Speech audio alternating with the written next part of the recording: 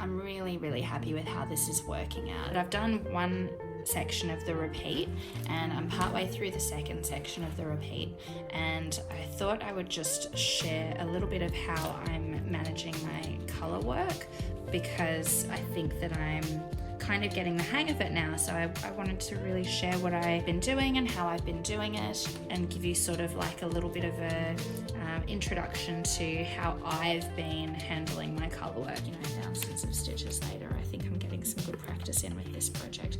I mean, one of the aims, I guess, of stranded colour work is that you maintain even stitches on the front, and your floats on the back are at a decent gauge that you want to be able to have them stretch comfortably and allow some give for the knitting to work.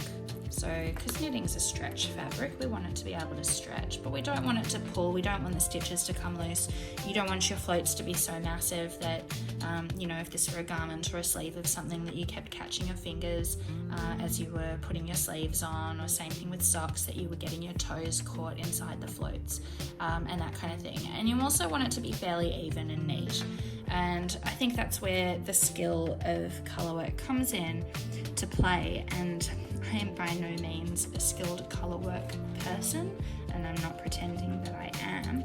I think this is the first colour work project I've done since a sweater I made for Miss Six when she was probably 1 or 1.5. So it's been a fair few years since I've done colour work, but you know what? I'm ambitious and trying out new stuff, and the whole point is to learn and develop my skills. And as I do that, I want to share them. So if this helps you and if this works for you, I'm really happy for you to go ahead and use it in your own knitting and enjoy colour work, because it's beautiful, and who wouldn't want to enjoy this? And it's really nice to have the skill and to develop these skills and to learn something new. I really feel a great sense of accomplishment. I want to show you the inside of it, and I need to show you this section down the bottom here, and you can probably see it. So this is where I started here, and I probably did about the first 15 or 20 rows without any sort of research or technique or any sort of real understanding of what I was doing. I was just like swapping colours over. And here, I don't know if you can see, there's a very distinct line across my knitting on the back where I worked out what to do. And from that point up, it's all looking pretty good. And I just want to show you really close up where the change was. So you can see there's this line. When I look at it, it's pretty obvious. I know that I was getting tired and I was getting frustrated that it wasn't going quickly, and I felt that there has to be a better way. People do all kinds of beautiful colour work and they share their beautiful projects all over the place, and I felt like, you know, I was doing something not necessarily wrong, but that I could have been doing it a little bit better to try and not only improve the quality of my colour work, but also how fast I was able to do it. You know, if you want to knit as many projects as what I'd like to knit, there's an issue of speed. And part of what my mission has been is to try and work out how to knit more challenging things, but also how to knit them at a speed where I can reasonably tackle an ambitious project like this and be confident to know that I'm going to be able to finish it, you know, and it won't take me 12 years to do it. Before I show you how I do it with 2 strands, what I'm going to do is show you how I do my picking with 1 strand. So I'll just pop this aside for the moment.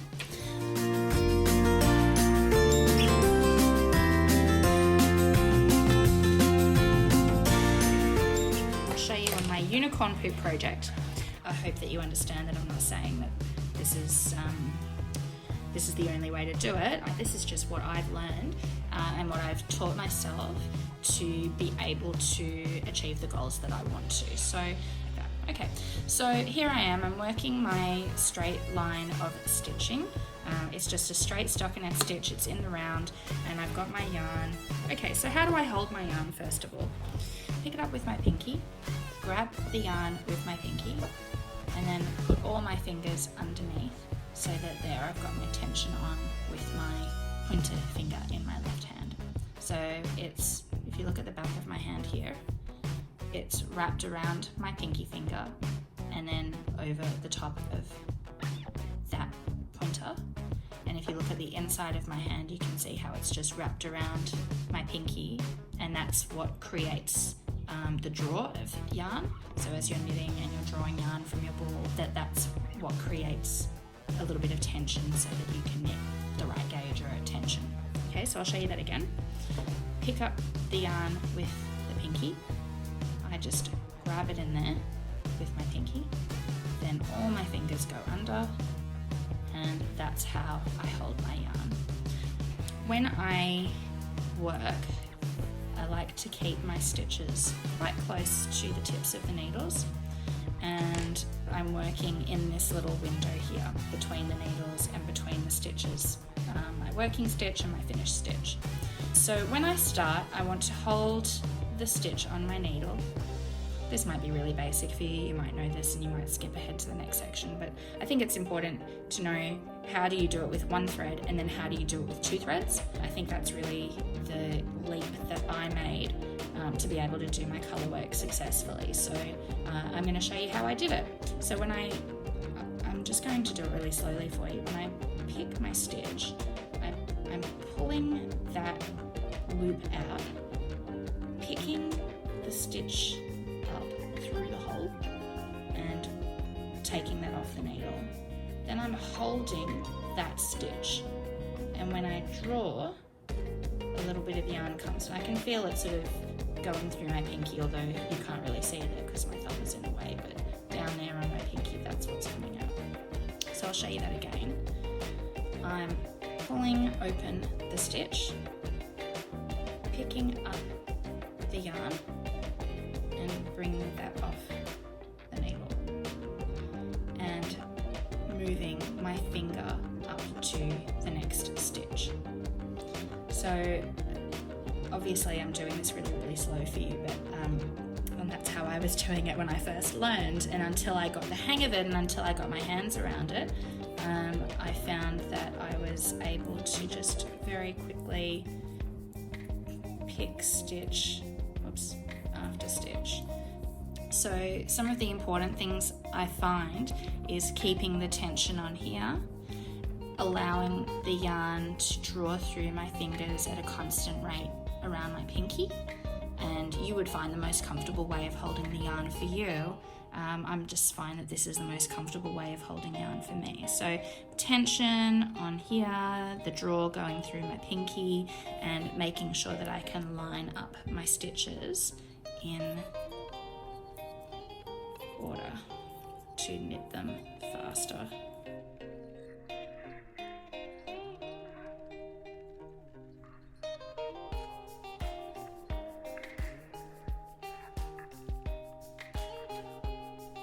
Three stitches, and I'm sure there's plenty of you out there who are way faster than me and have developed your own amazing technique for getting stitches done. So that's how I do it with a single colour. What I'm going to do is I'm going to show you how I do it then with two colours.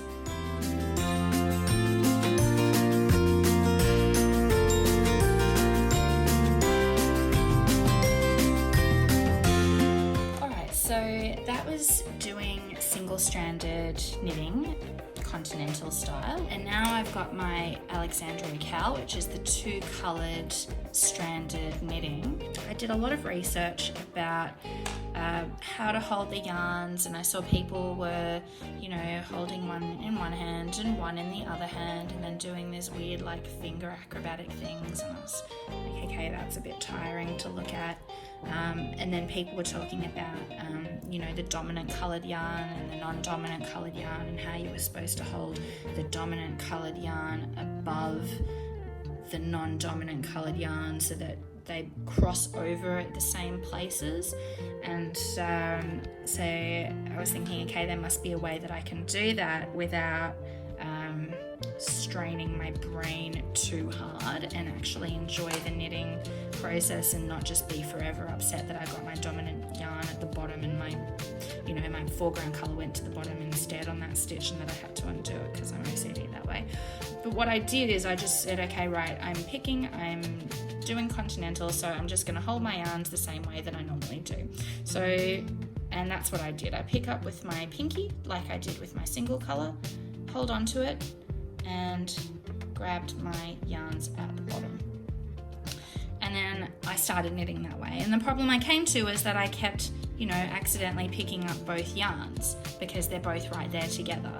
Bit more research and hello YouTube and Google and people's blogs, and I'm sorry I can't remember where I saw them, but people were saying, oh, you just separate them on your fingers a little bit.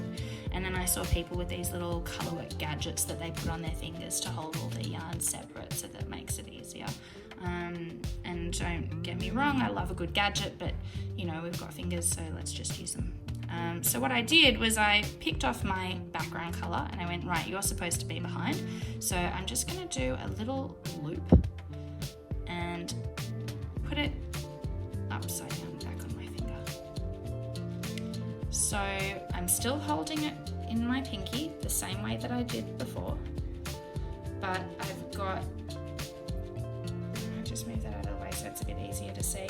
I've got my foreground colour coming off the top of my finger and the background colour coming off the bottom of my finger. So if you look down my finger like that, you can see that there is a space there. And that was the key to helping me figure out what on earth I was doing and making sure that I do it. So I'll show you how I did that again.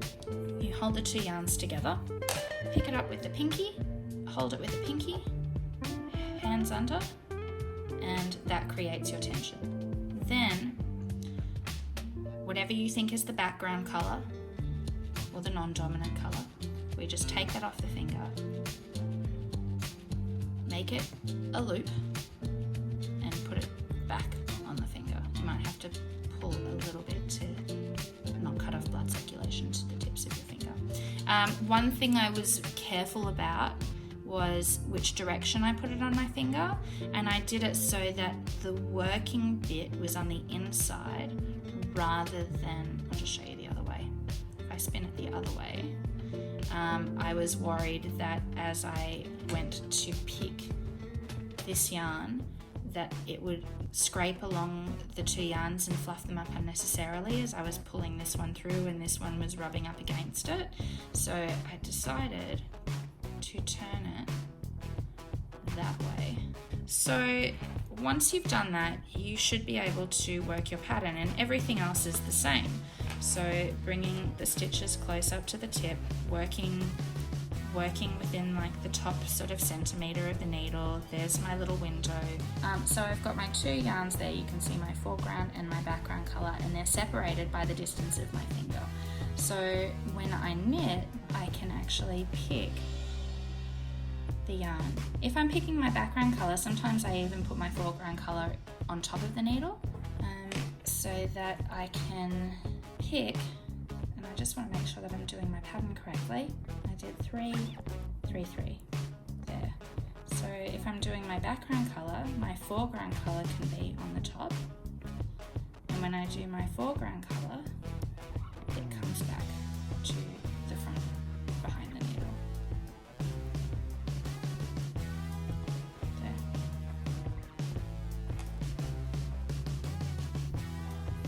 But if I'm back to my background colour, I can bring my foreground colour to the front, and now my foreground colour can go behind the needle. Sometimes I do find that the draw happens at different rates, and I am trying to do this slowly for you so that you can see. So when I'm doing my background colour, I will just bring that foreground colour in front of the needle, then I won't accidentally pick it because it's not behind the needle to pick. I hope that makes sense. And when I'm doing each of my stitches and getting the draw, I'm still holding that top of that stitch there in place, and that way I can create those nice floats on the back of my work.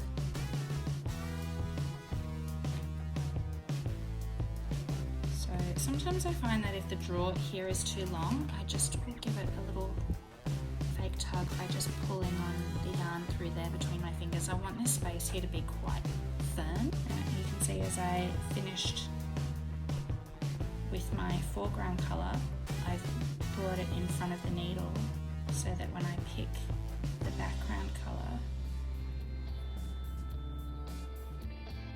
it's not in the way.